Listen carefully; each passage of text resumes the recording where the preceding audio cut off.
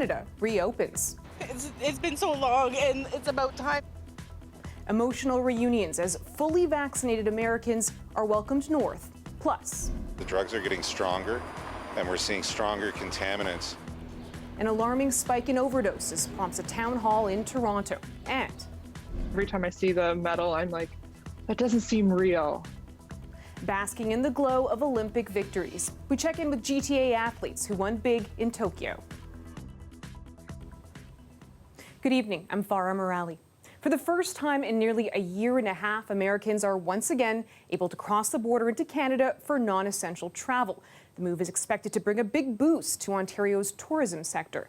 The CBC's Dale Manukduk spent the day at Pearson Airport talking to travelers and caught some emotional reunions. After all this time. It's been 2 years since the Bells have seen each other. It's a great feeling, and I'm happy.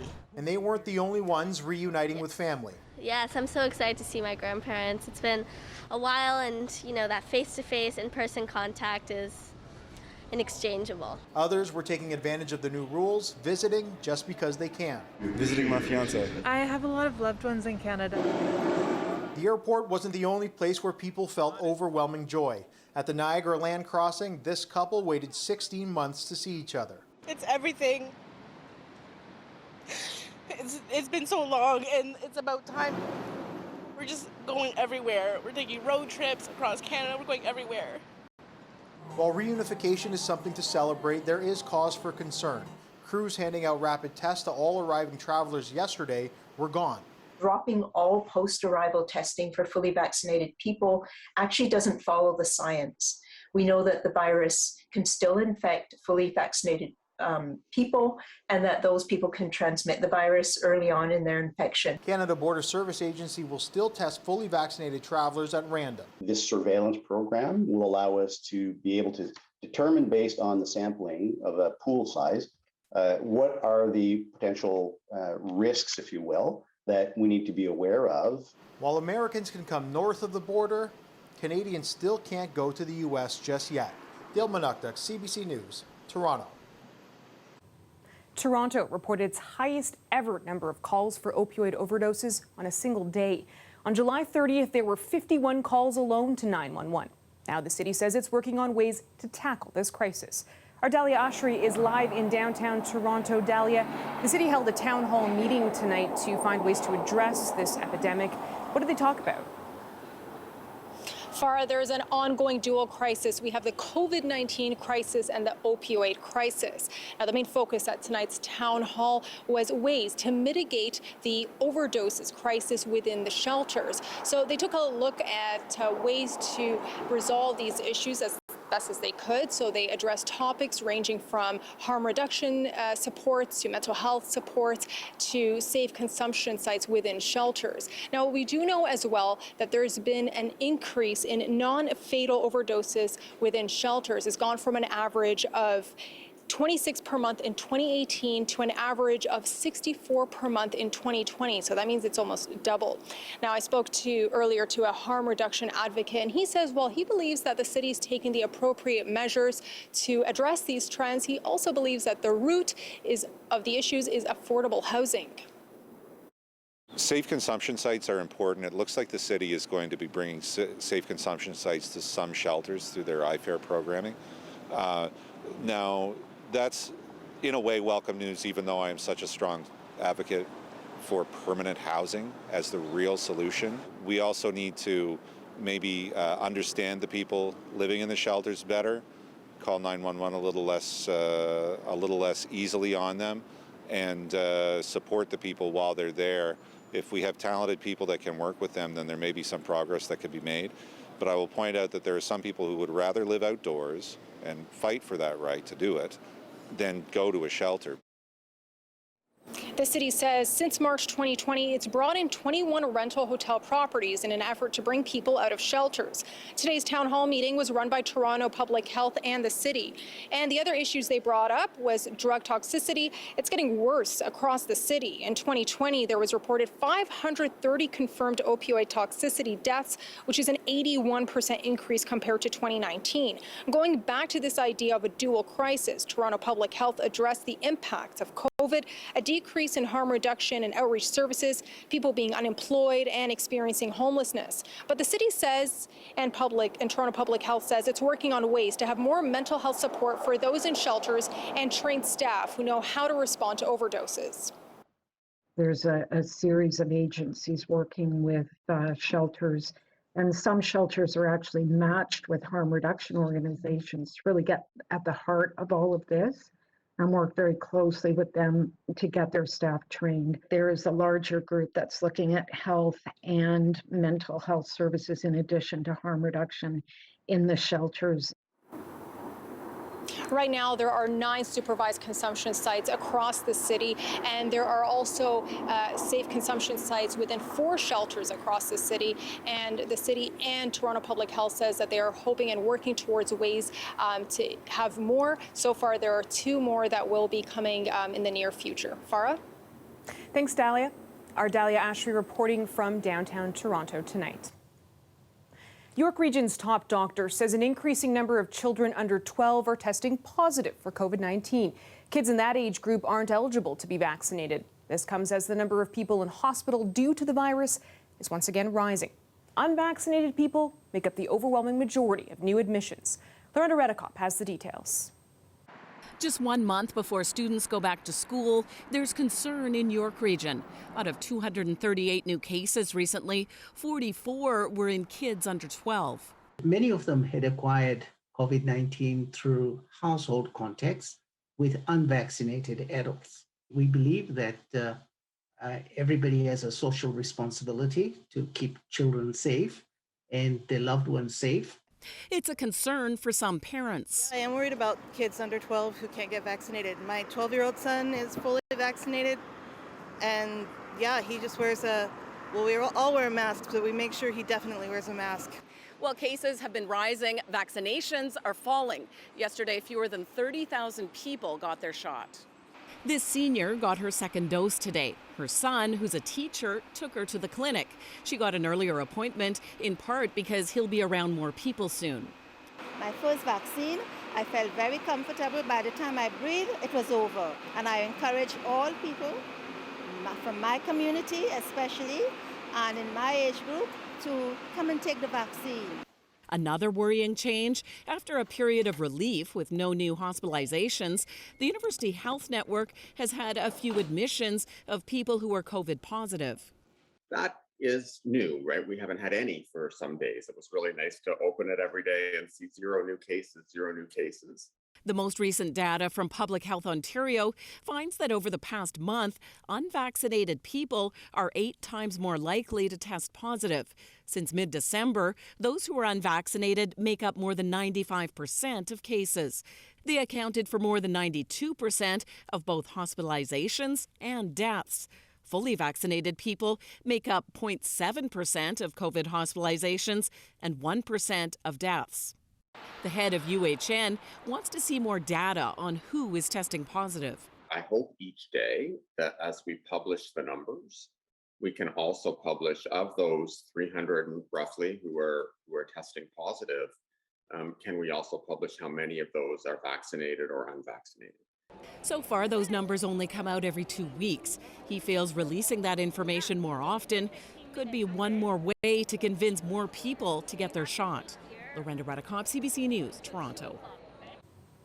A UN report on climate change is out today, and the findings are grim.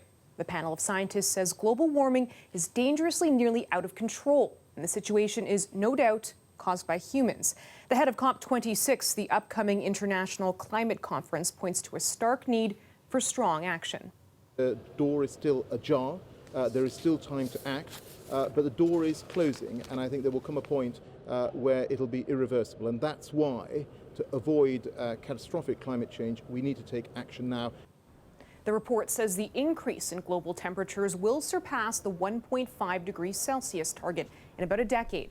It was one of the key scenarios that world leaders had hoped to prevent in the Paris Climate Agreement. Scientists say warming is accelerating the rise of sea levels and making heat waves, droughts, floods, and storms more frequent and more severe.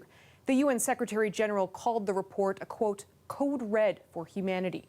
While the situation is expected to get worse, with some of the harm irreversible for centuries, experts say it may be possible to avoid the most dire impacts by committing to larger cuts to emissions. Here in Toronto, experts and advocates say much more can be done to ensure we don't see the worst environmental impacts. Kirtana Sasitharan has the details. Temperatures today were expected to hit a high of 32 degrees and feeling like 40 with the humidex. According to the United Nations' latest climate report and experts, temperatures like those will be part of our future. There's no question it's going to get hotter. Karen Smith is a climate scientist with the University of Toronto. While the report speaks of overall global warming and rising sea levels, Smith says there are concerns here in Toronto as well. Cities in general tend to be warmer than the surrounding area. You combine that with climate change and we can expect, really hot conditions in cities in the future. We've seen in Toronto some extreme rainfall events, sudden flood events. While the UN report points to extreme weather events, precipitation and flooding in our region, Sarah Buchanan with Toronto Environmental Alliance says there is a way to attack the issue now before it gets worse. Those maps, that the IPCC provides with different options of there's the Canada that has a whole bunch of darker red for, increasing heat waves. And then there's the Canada that has a whole lot less red. And the only difference between those two is how much action we take. Eleanor Rougeau with Fridays for Future Toronto agrees. She says while the report might be alarming, it should be viewed as a call to action. What that report shows is that every single fraction of warming of the degree matters, right? And so even if we do reach that awful 1.5, avoiding to reach 1.7 will be a huge win. Both Rougeau and Buchanan emphasize the need for cities like Toronto to take action by retrofitting buildings, cutting out the use of fossil fuels, and building better transit systems. They fear the government is often all talk and no action, something Councillor Jennifer McKelvey wants to assure isn't true. Well, I think that residents can be reassured that the City of Toronto takes this seriously because we did set a target for reduction in emissions. Our 2020 goal was a 30% reduction from 1990 greenhouse gas levels. We've now reduced by 37% from those 1990 levels. We are moving in the right direction, but we realize the need to do more faster. With hotter temperatures and wet conditions on the way, advocates hope things move forward faster before it's too late. Kirtana Sasitharan, CBC News, Toronto. Meteorologist Colette Kennedy joins us now with a first look at the forecast. Colette, those praying for summer weather got their wish today. Sunshine, heat, albeit a little sticky. Yeah, Farah, it's one of those situations, I think, where it's kind of like careful what you wish for because it has come in on force in terms of the summer-like weather. What you're seeing behind me here, these are the daytime highs from this afternoon, but I think what was far more important was the fact that our humidex values up at 40 for a portion of the afternoon into Toronto and elsewhere. So really sticky conditions. Some heat warnings into southwestern Ontario, including the Windsor area, also towards the nation's capital. So there are some spots where we're seeing those kinds of advisories. Now, in terms of relief from the heat and humidity, that's going to take a few days, and I'll get into that a little bit later on in the show. But in the meantime, what we will see is some thunderstorm activity. Now, some isolated showers overnight tonight around the GTA. You've been seeing more significant stuff back into Windsor and through Chatham-Kent, but into tomorrow afternoon through the Golden Horseshoe. Late morning into the afternoon, we'll see some scattered showers, and some of those storms could be a little bit on the strong side, so I'll be watching that carefully for you. 22 tonight for the low, up to 29, but still feeling like the upper 30s tomorrow afternoon, Farah. Thanks very much, Colette. Clarington residents say they're tired of being the dumping ground for the GTA's trash. The Durham town has 2 incinerators, and a third waste site was just approved. As Jessica Ng tells us, residents are now fighting back to keep their waterfront and air clean. I'm disturbed because we're becoming garbage alley. Wendy Bracken has advocated for better waste management in Clarington for close to 15 years. The area burns garbage for Durham and York regions and even handles some of Toronto's organic waste. Toxins are actually created in the burning process. And we've already had exceedances for some of the most toxic pollutants right behind me at the monitors for the incinerator. There are plans to expand the Durham York Energy Center incinerator, which processes more than 154,000 tons of waste each year. About 10 kilometers away, the St. Mary's cement facility plans to quadruple its use of alternative fuels, burning non-hazardous waste that can't be recycled or composted. And now Durham Region wants to develop a third facility in the area. Bracken says these projects will be detrimental for air quality. We're concerned that Clarington is becoming a sacrifice zone. The councillor for the area says this third proposed project could put the Clarington waterfront at risk. This has been in our plans for about 10 years, is to have a waterfront park basically as far as you can see from here. Joe Neal is heading into mediation this fall with Durham Region, fighting to protect the natural environment there. So what they want to do is have basically a facility where they'll separate all the organic waste from the residual waste out of garbage bags, ship the organic waste to an anaerobic digester, and then ship the non-organics over to the incinerator to be burned. Which sounds good on the surface, but when you find out what they're doing, they're taking those garbage bags, they're ripping them open. It's got everything that everyone threw in. So that it's contaminated. There has been a couple instances where the emissions have gone, high, but that's been corrected and rectified. Durham councillor Bill McLean, who represents Pickering, says incineration is good for the region. This facility brings us in almost $9 million a year for energy revenues and another $800,000 for metals that we have recovered. But the bottom line for Bracken is the damage managing waste like this does to the environment. You're burning something that has a toxic consequence. Jessica Ng, CBC News, Toronto. Very concerning chemicals. You are looking at a live shot of downtown Toronto, another humid night. Let's go back to Colette now for a look at your extended forecast. Colette, those blue skies we saw earlier today might not stick around, but the heat certainly will.